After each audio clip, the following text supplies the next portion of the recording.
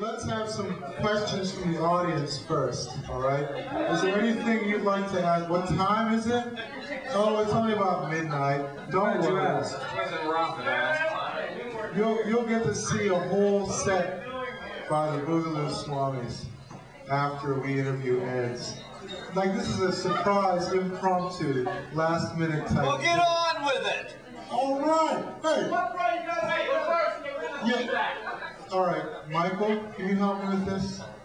I'm feeding back. How about if I unplug the monitor? It's not the monitor.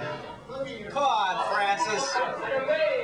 Jeffrey, why don't you ask Ed's Redeeming Qualities a question? Something you've been burning and itching to ask them, like hemorrhoids. What would you know about hemorrhoids?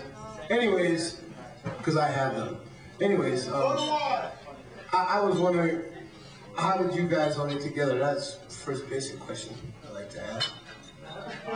Well, I'm glad you asked. Asked that question.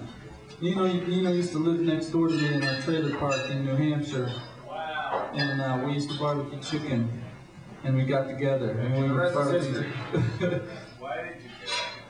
Why? Why did you get together? So that one day we could be at the Middle East Cafe standing on the stage in between Boogaloo Swami sets.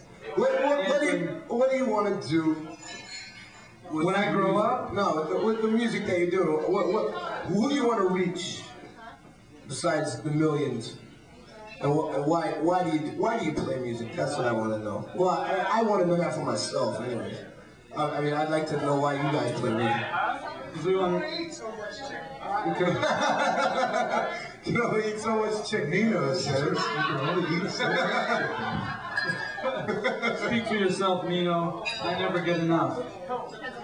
Chicken. So, how do you guys fare these days? I mean, what's all... Neno had chicken today, and I had it yesterday.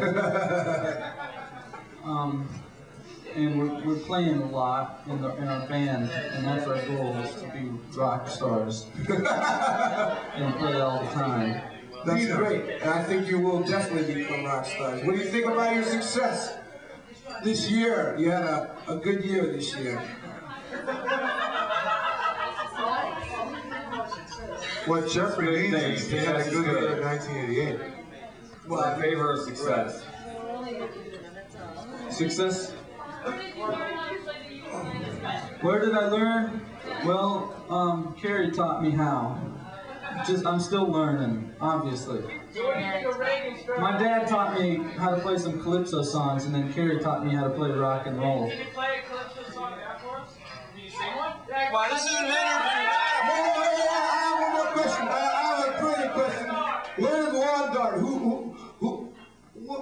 Where does lawn dart come from? I mean, I know it's like on your shelves at the Kmart and everything. And is that a true story? Is that a true story, or is that something that you read in the Inquirer or something? The original inspiration just comes from the line "Paint in the Head," because I read it in a newspaper, and it was talking about Sears actually, that they had taken lawn darts off the shelves, and the headline for the article was "Girl was painted in the head with a lawn dart."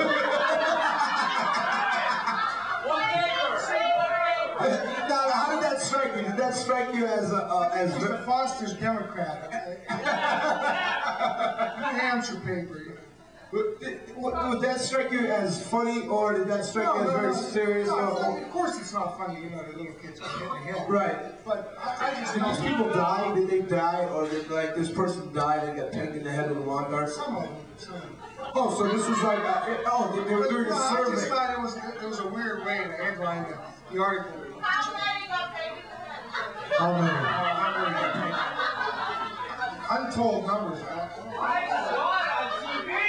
Yeah, I know. We had the song out way before 60 Minutes. So like, we're not jumping on a bandwagon.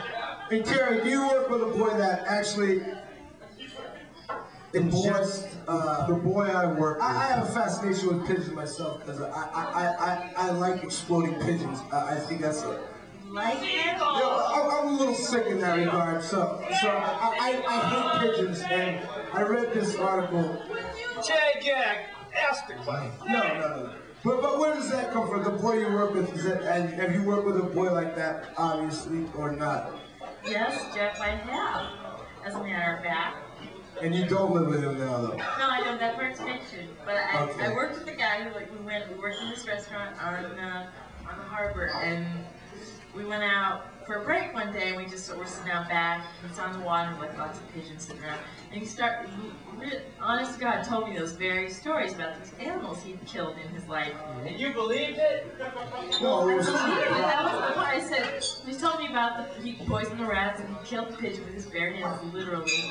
And he as a kid, he'd run on the seacoast and poisoned these pigeons, seagulls with Alka-Seltzer. And all of a sudden I said, Dan, why are you telling me these things? And he sort of shrugged and, he didn't know why. But it occurred to me that he was telling me these things because it was a way of flirting, which I thought was really weird.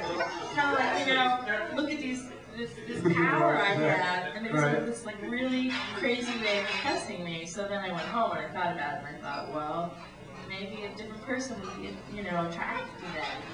And like move in with the guy. And sort of assume that they'd be cared for the rest of their life. That's the story. So you didn't go out with them? No. Thank God. Any more questions? Yes, any more questions? Oh, wait a minute. We'll get to that. We'll get to that. But we've got to get this interview because this interview is going to go to press on Friday and it's going to be published a week later. Where? In the Noise. And Oh, big fucking shit, man. All right, you're at the Noise. But do you pattern yourself after the thugs?